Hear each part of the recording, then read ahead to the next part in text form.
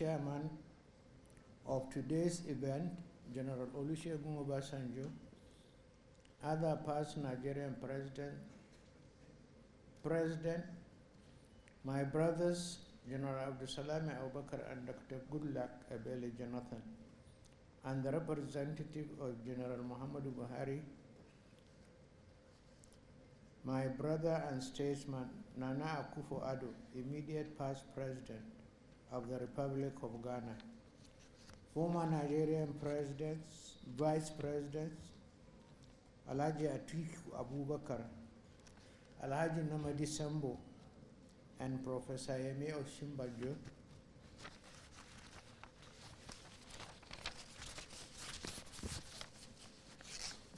senators and House of Representative members present, state governors present and past, our royal fathers present, honorable ministers. I see many of my military colleagues present here, and such superior officers like General Alani Akinriade, captains of industry here present, my Lord spiritual and temporal, members of the mass media, distinguished ladies and gentlemen. Your presence here today is not just a matter of convenience, but as testament to the significance of this event. I sincerely appreciate you have taken time from your busy schedule to share this moment of memory with us.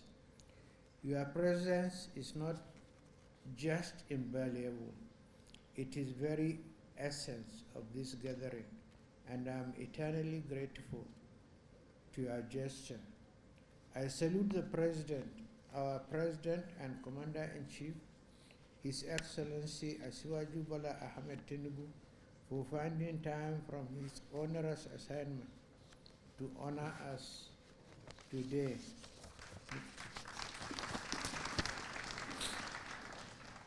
Mr. President, you are able to attend this event today means a lot to me personally. As you know only too well, you have my blessings, prayers, and goodwill in your arduous task of moving our country forward. To all our former presidents and heads of state, your enduring impact on our nation and your legacy is not just a testament to your dedication and service, it is a beacon of hope for our future. I am deeply grateful for your contributions and presence in particular. I cannot sufficiently thank my brother, His Excellency Nana Akufo-Addo,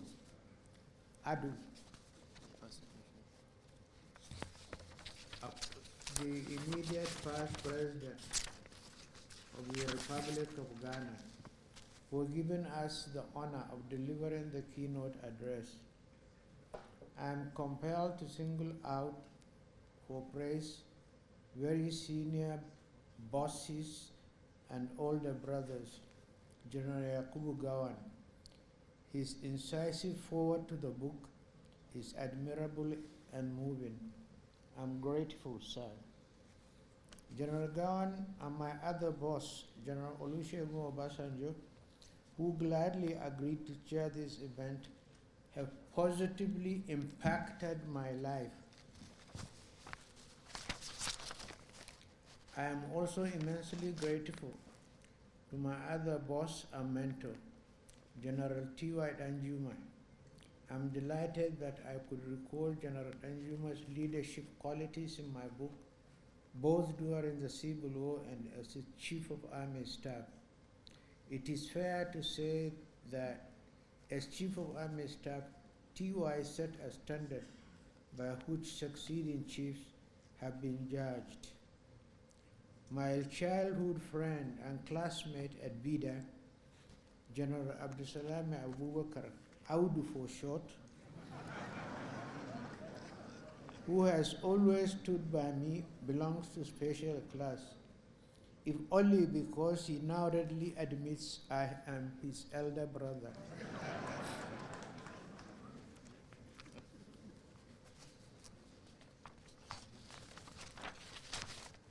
I also thank my boss and our immediate past president and colleague, General Muhammad Buhari, who sent a lovely note a few days ago apologizing for his inability to be with us. I'm delighted that he has asked one of his ministers to represent him on this occasion. Similarly, I thank His Excellency Professor Yemi Osinbajo, Nigeria's immediate past Vice President, who reviewed today's book with characteristics brilliance. I shall remain forever grateful to all governors of our states, distinguished senators and members of the House of Representatives, past and present. To our Royal Highnesses, I am deeply grateful for your presence. I understand the effort it takes to travel from your different domains to attend this event like this. Your presence adds a unique and esteemed perspective to this event, and I pray for your safe return home. My deep appreciation of your presence and support is that of the captains of industry of our illustrious private sector will be eternally on record. The Board of Trustees of Presidential Library will find befitting ways of permanently acknowledging your support in the envisaged facility. Talking of captains of industry, how do I thank my son Abdul Samad Rabiu? He has shown enduring commitment to this event and the library project from day one. Thank you very much, Abdul Samad. To the rest of this distinguished audience, drawn as I can see from different parts of the country, I thank you from the depth of my heart. As representatives of our people, especially those who are unable to be here, some of whom have managed to reach out to me since the details of today's events were made public. I'm humbled by your presence and the interest you have shown in my memoirs and the library project. No matter our points of origin in the Nigerian encounter, we all share experience of a fascinating national journey. Ours is the story of a thrilling past, an engaging present, and a most promising future. Today's event reminds us that we are not just here to remember the past, but to actively shape the present and envision a bright future with hope, a future that each one of you, with your unique perspectives and contributions, will help to build. The first aspect of today's event is the public presentation which has been done. This memoir, a culmination of over 3 decades of reflection, significantly contributed to our understanding of our national history. Throughout the public presentation of this book, I believe I am paying a huge part of my debt to public. I have had to contend with this question all the time. When will you tell your side of the story? Understandably, our period of service has somehow evoked, and rightly so, many questions and stories among our public. This book, which chronicles my experiences, decisions, and challenges during our national service tries to answer some of these questions from my modest perspective. My colleagues in arms and I presided over significant change and turbulent reform. We confronted monumental challenges in the economy, the polity, foreign affairs and defense, and security spheres of our national life. We surmounted obstacles, sought change from old ways, encountered unusual obstacles, and devised innovative solutions.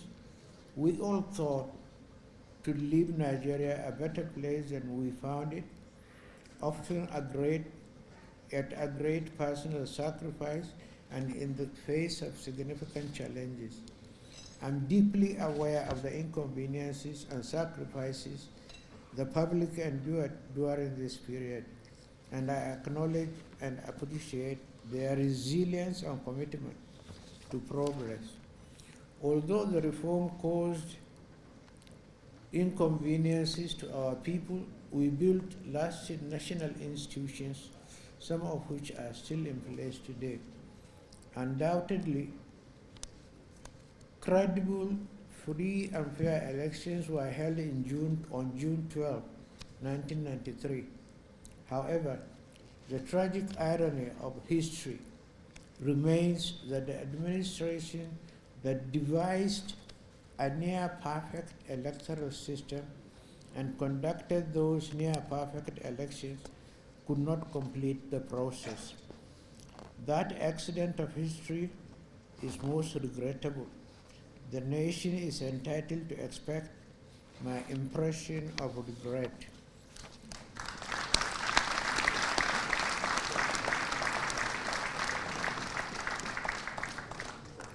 As the leader of the military administration, I accept full responsibility for all decisions taken under my watch.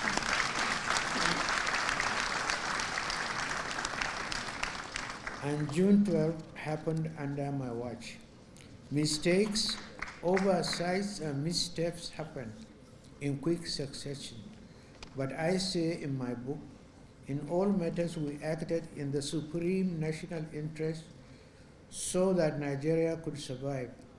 Our nation's march to democracy was interrupted, a fact that I deeply regret, but Nigeria survived and democracy is still alive, a testament to our resilience and commitment to progress. This book is part of my personal story of that encounter with national history. I did not travel alone. I undertook the challenging work of leadership in the company of many patriots.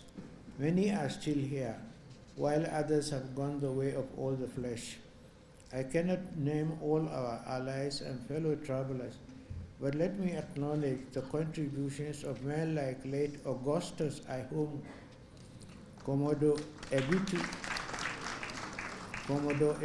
Ukiwe, General Ike Nwachukwu, Professor Bolaji Akinyemi, Dr. Kalu Idika Kalu, Dr. Tunji Olagunju, Chief Olufalaye Nahu Kabesi, the late Professor Oje Tunji Aboyade. By the way, he was an outstanding man. The late Alhaji Rilwano Lukman, the late Professor Humphrey Umosu, the late Professor Omo Morui, the late Professor Burian Ezekwe, the late Professor Tam David West, the late Professor Babatunde Fafumwa, the late Professor Walikoe Ramson Kuti, the late Dr. Shatima Mustafa, the late Alhaji Bunu Sharif Musa, the late Rear Admiral Patrick Koshoni, Lieutenant General Alani Akinyade, General Ali Gusau, General Haliru Akilu, the former Senate President Brigadier David Mark, Brigadier General Tunde Ogweha, Colonel Abubakar Nengiwa Umar, the late UK Bello, the late General Nuhu Bomali, Colonel Sambo Desuki, and a whole list of prominent colleagues and friends of all of them, fellow travelers in the challenging work of leadership. The second aspect of today's event is establishing a befitting library, which I consider a tribute to history and a contribution to the world of knowledge and leadership. In this regard, I thank my friend and family member, our former Vice President, Namadi Sambo, who created a unique architectural design for the Presidential Library on my 80th birthday. I'm getting to 84. As you can see from the program details, it is an outstanding design. Thank you, Mr. Vice President. As leaders, our activities belong to history in the form of written records. These records will serve as evidence in chief for posterity long after we have gone. The proposed presidential library, which will house these records, would be a lasting tribute to our period of national service and a resource for future leaders and scholars to learn from our experience and decisions. As I understand it, members of the library board have in mind is a library as not a museum where treasured historical documents and books are left to dust. The plan is more of an interactive center for lively exchange among people of different backgrounds and generations. Once again, I sincerely appreciate and ensure your presence at this gathering. Your participation and the conversation following this event will undoubtedly contribute to better Nigeria. I'm grateful for your support and look forward to our shared journey towards brighter future. The task of recovering memory can never be easy. As I said in my acknowledgement pages in the book, apart from my publishers, Messrs. Bookcraft, headed by Mr. Bonkole Olayebi, in writing this book, I acquired debts of gratitude to several other persons that deserve mention. Dr. Yemi Ogumbi, otherwise Dr. Activity, Dr. Chidi Amuta, Mr. Abiola Phillips, Mr. Clement Fajimoku, and Mr. Toby Shenoy gave generously of their time, experience, and resourcefulness, not just in the area of research, but also in painstaking editorial work. I thank Mr. Oladimeji Bajela for the book's beautiful design. Yemi Ogumbi's unwavering commitment to ensuring the expert production of the book and his tireless work towards realizing today's event will never be forgotten. Thank you, Dr. Activity. Yemi's effort and those of his colleagues were amply complemented by the commitment of other young friends and colleagues, such as Donald Duke, Rotimi Amechi, and Mr. Francis Ogoro, who made several trips to Mina for consultations in this project. My gratitude to these other friends who assisted in this program. Thinkers and persons of knowledge as possible, especially business, finance, and economics. I naturally started my consultation with those I had met practical contact with within the years. In this regard, I reached out to Professor Gabriel Olusanya. He impressed me greatly during my tenure at the National Institute of Policy and Strategic Studies. Through him, I expanded the contact of reputable Nigerians to consult on how best to design an appropriate economic reform agenda.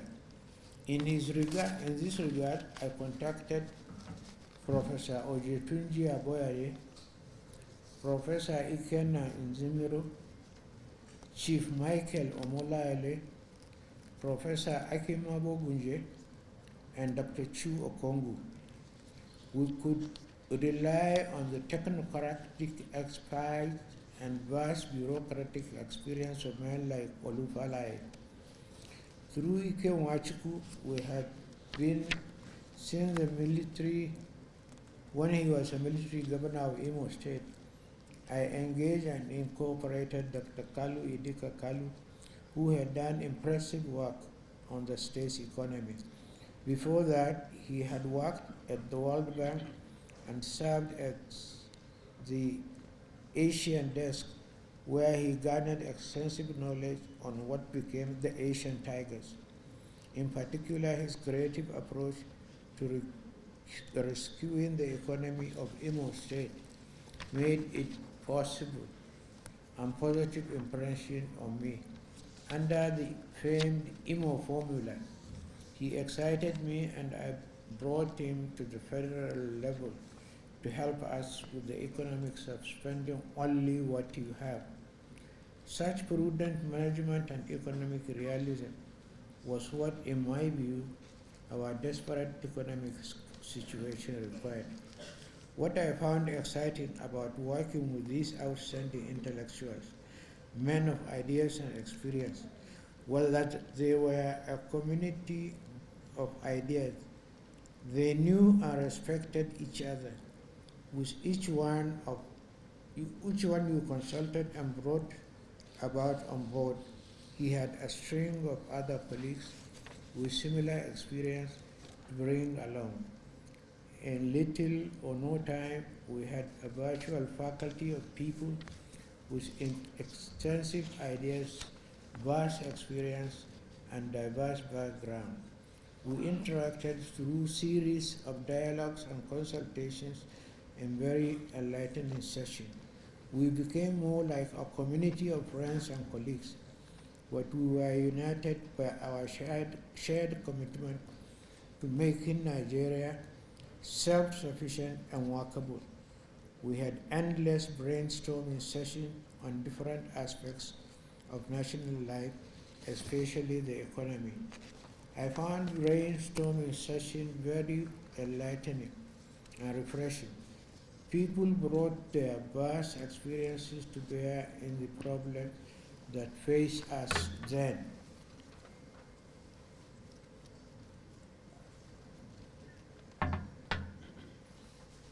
In particular, I recall the insights of Professor Ikenna Nzimiro, who brought a lot of life to our sessions by relating our present problems to his experiences from the past. He would, for instance, ask me jovially, "Mr. President, how old are you?"